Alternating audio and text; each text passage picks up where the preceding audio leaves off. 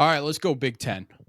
So the two teams on the top, Michigan and Michigan State, like flat out wild, flat out wild. So I want to give you the floor, and I want you to talk about Michigan. You got to be pumped. You got to be excited. So talk to me about the whole thing.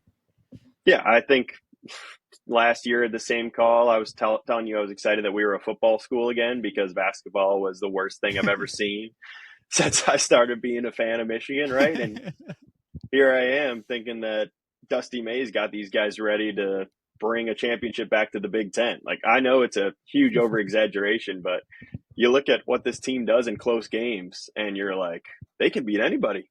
They could go toe to Yeah, toe with anybody, right? Like you know, had a couple of tough road tests in the Big Ten. They came out with wins, and they had a tough loss against Minnesota, the worst team in college basketball, some say. And then they go on a 7-game win streak, right? Like, it's just yeah, crazy what Michigan has been able to pull off with a group of 5 starters who weren't with the program last year, right? Bench players that have been through a couple of coaches and a couple of rotations in the last 3 years. A head coach who probably was the hottest name coming out of a non-power 5 team and is now getting, other looks already with a group that he's completely turned around. So I yeah. think that they have great guard play in Trey Donaldson. It works somehow to have 2 7-footers out there. They're limiting the turnovers. They're shooting the ball better. Like, they've gotten better since day one. And all a group needs with this many transfers is minutes on the floor together, right? Like, they Mhm. haven't played together ever, and now we're 25, 23, 25 games in, and you're like, oh, wait, these guys are actually pretty good. Well, now they know how to play together, right? Like, they've done it. They've gone and played heavy minutes in close games. They've blown teams out. They've, even experienced losses together. And that is huge for a new coach in a new city with 5 new players, 7 in the rotation. Like, I'm loving what Dusty May's doing. I think that he is, you know, bringing the John B line focus back to Michigan basketball, and it's awesome to watch. Yeah. No, I agree. I agree. It's been really impressive, like throughout. And after watching this team in the first game they ever played together and having them dominate us like they did, I was like, okay, they're gonna be legit in the Big Ten. I didn't expect first. I really didn't. I remember talking to our GA and he was like, man, they're gonna be first in the Big Ten. And I was like, are you sure? I don't know if they're first. And they proved me wrong. They're unreal. They're unreal. And especially like early in the year, you could see like how they're improving. They had turnover problems at the beginning of the year, lost some games they shouldn't, lost to Arkansas, lost to Oklahoma, 2 teams now at the bottom of the SEC, but Big Ten, but now in the Big Ten, Michigan's first. So it just shows you how much they've improved, how much they've gotten better. Golden's awesome. He's averaging 15.7 points a game. Danny Wolf has just given you an offensive, like it's weird. It's so weird. You're seeing 2 7-footers run pick and roll with each other. Like, that's crazy. It's hard to stop, and he's been awesome. Trey Donaldson's great. And you got so many guys that can make plays on Michigan. And that's what you need. That's what you need. You need options like that. And I've been really impressed. I mean, I think they've looked awesome. And, it's a lot more than I expected for sure. Yeah, I don't know how Dusty was able to recruit these guys to Florida Atlantic, but he, just is the whisperer for getting people that are going to buy into his system. You don't have a lot of people that are talking on the floor, outside of Yeah. communicating with each other. Like, they play a clean cut style of basketball. You get subbed out if you're making mistakes. You are, fit into his system or it's not going to work. And they bought in. Like, Danny Wolf, one of the most intriguing prospects coming out of Yale. Like, could have gone anywhere for sure. 7-footer that can handle the ball, definitely rusty, but has every talent that an NBA team might be looking for in the future, right?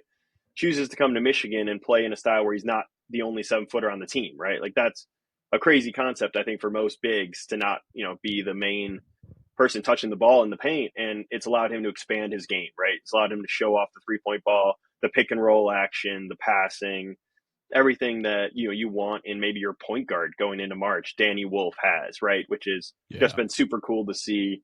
Very unique. I think he could be in the running for best player in the country if he had another year under his belt at Michigan, right? Like, he's Mm-hmm. doing what Broom was doing like last year at Auburn. You know what I mean? Yeah. He's putting the team in situations where the ball's going to him and you can't stop it, and that's really cool to see. Versus the last couple of years at Michigan, where it was a good amount of prospects that didn't really know who was the man, and trying to recover after the Hunter Dickinson era. now we're kind of finally back. Yeah. No, I agree. I agree completely. Looking at the Big Ten and looking at the tier one of teams, I would say my tier one is probably, and it's just because I haven't watched Maryland too much. Like I know people are high on Maryland, so I need to watch Definitely. them more. But I'd say my tier one right now: Wisconsin, Purdue, Michigan State, Michigan. Would you agree with that? I would. I think that Big Ten's definitely interesting compared. So just to put in perspective, SEC has 13 or 14 teams that are in the tournament, and Yeah. six of them off the bat. Like you Yeah. just know it by watching college basketball. The Big Ten, I don't know if you could name the 6 or 7 top teams that are going to make tournament. They have 11 teams in, right? Yeah. So Yeah. clearly they're just as deep as the SEC is without the top heavy nature of it. And I think the best example is the computer rankings. So the Big Ten has Wisconsin number one, right? Hmm. Wisconsin Hmm. number one, and I don't think they're in the top three for some people's count, right? Hmm. And it's, is there a reason for that, right? Or have they played an easy schedule? Are they getting lucky? Like we'll find out in the next couple of weeks who the actual top teams are. If I had to put a pin on it, I would say based on watching, Michigan State's number one and Michigan's number two, and they're probably going to split this year, which is super exciting as a fan, but also as a conference. I think that's like a good sign for where you're heading. Is those two teams can take care of business against the other top teams in the conference, like you said, like Wisconsin and Purdue, for example.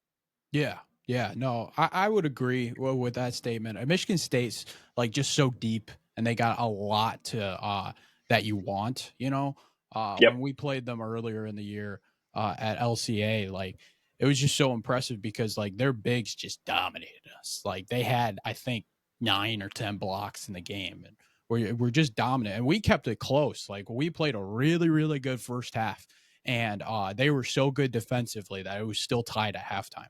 And then in the second half, they just marched on and blew us out. Like Right. that's the kind of team they are. It's like they would be like, okay, like one half they might be not playing their best basketball, but then they figure it out.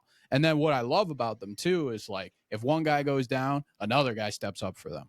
Like they had one of their starters, I can't remember which one, but then Jace Richardson was inserted to the starting lineup and had Yes. 30 points and went off. Right. Like it's just that what you can have is just so huge for Michigan State.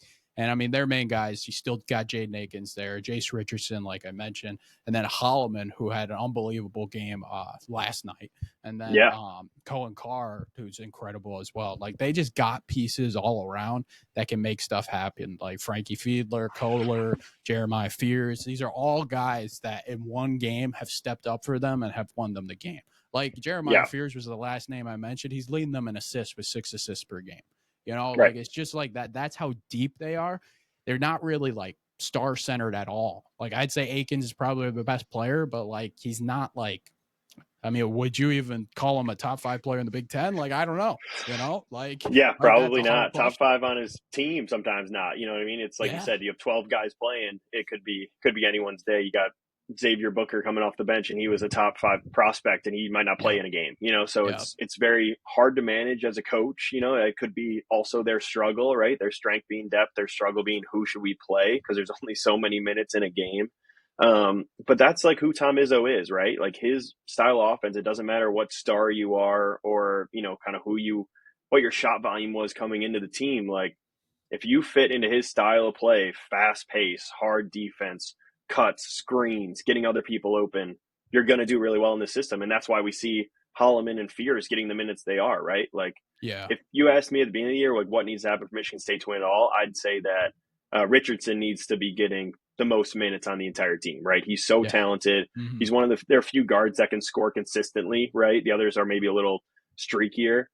But Holloman and Fears run the Michigan State offense so well that you can't Yeah. afford to have them sitting on the bench, right? You will not be able to sustain that pace of play and assist to turnover ratio without those two out there. So I don't know. I've heard Michigan State fans being upset about it, right? Like sometimes they're not the best shooting team in the world. They tend to shoot more around the rim, which helps, right? But the 3-point shooting might not be as attractive. Or they're saying like we're not letting our star players get good, right? We're not letting them get hot because they don't play enough. So it's definitely a conversation piece, right? But I think you have everyone there. You might need one guy to start stepping up because it's March, because it's getting to that time when you're going to make a run. I'm thinking about the Cassius Winston team, right? Like he had Miles Bridges and Jaron Jackson at one point, and who was the best player on the team? It was Cassius Winston, right? And it was Yeah. Xavier Yeah. Tillman. You know what I mean? Like Mhm. it wasn't the stars that were the ones that you were like, I need the ball in his hands at the end. And Michigan State, like you said, might have a star problem where they're missing that one guy. So I think you find one person to step up. I vote Jace Richardson. I think he's the man, but maybe it's, Holloman like it was against Illinois. You find one guy that's going to step up at the end of game situation, and they're going to be a top 14 for sure. Yeah. If you don't, you might be looking at more of a 4 or 5 seed, which still dangerous, but that's just kind of where they're teetering right now. Yeah, no, it's been on and off because like before the Izzo broke the record, like they were like winning every game, and then they went on Right. a little losing skid before that, and you're like, man, what's going on with State? So they're figuring it out. They're getting stuff going. I'm not too worried about them, but I agree with you putting Michigan and Michigan State as the top two there. So middle of the pack teams, just to list them off: Maryland, UCLA, Illinois, Nebraska, Oregon, Ohio State. Those are the teams I'm going to list off there. Out of those teams, does anyone like kind of stand out to you? Like, oh, this could be a sleeper team for an upset potential. I think you're running into the same problem with the SEC where I just don't know if they're going to be able to get enough wins to, make it matter in the tournament, right? Like Yeah, you might have some teams missing the tournament that you don't expect to because they have to play so many good teams. You have to go to Wisconsin, Illinois, right? You have to go out west and play Oregon, UCLA, and all of a sudden you're like, we need one more win to make the tournament, right? So, yeah, it's those 10th and 11th and or 8, 9, 10, 11 teams that are hovering around the bubble, like it just may be too deep for them this year. It's crazy that Ohio State is top 30 in Ken Palm and they're 15 and 11, right? Like they're yeah, 2 losses yeah. outside of missing the whole thing. So, we might not be there. The team that definitely I think has caught people's attention has been Maryland. Mhm. I think that they kind of fly under the radar as a Big Ten team, but they've been top 10, top 20 in net the entire season, right? And I think what you said, kind of perfectly maps what you need in order to win is they have a great defensive unit, right? Top 20 defensive unit, and they have someone who can score the lights out. Yeah, They yeah, have a scorer that they know they're going to get the ball to every single time that he's out on the floor, right? Obviously, I didn't think that people would put Maryland in their top 5 Big Ten teams, but I think if you're sitting there and you are Purdue or Illinois, right, and you draw Maryland in the Big Ten tournament, like you're more scared than you were at the beginning of the year. You know what I'm saying? I yeah, think that yeah. they're the team that I would watch out for over even I think some of the West Coast teams. I think that, you know, Derek Queen in Maryland is someone that I wouldn't want to run into personally on a, back-to-back schedule in Indianapolis trying to win the Big Ten. Yeah, I like that. And the thing is that they're kind of overlooked. Like I mentioned, like I've been watching more Horizon League basketball, so I'm not like all Big Ten like centered, and I hadn't watched them as much, so I wasn't sure even to put them in tier one. You know, Right. so like in that case, they got a guy like Derek Queen, they got a guy like Yeah. Gillespie getting people involved. So I'm looking forward to actually watching them more and seeing like how much I like them. Yeah. I would Agreed. say in that group, the only other team that stands out to me is Illinois. And that's because Okay. of the talent level on that team. We saw it against Michigan State. They blew that game. But Yak Jonas is unbelievable. NBA scouts are drooling over him. He's awesome. 16 points a game, 5 assists, 5 rebounds. He's awesome, can do it all. And we went to Illinois again this year. So I got to see them in action again.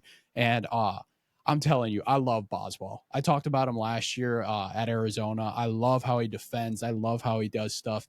He's not the greatest shooter in the world, but like if you get him off a pick and roll and you go under, you can't go under. Like he's gonna hit the three. So I think Boswell is unbelievable. And then Ivovich is awesome. Like he can really shoot the ball. And his twin brother, who's now at Arkansas, can really shoot the ball as well.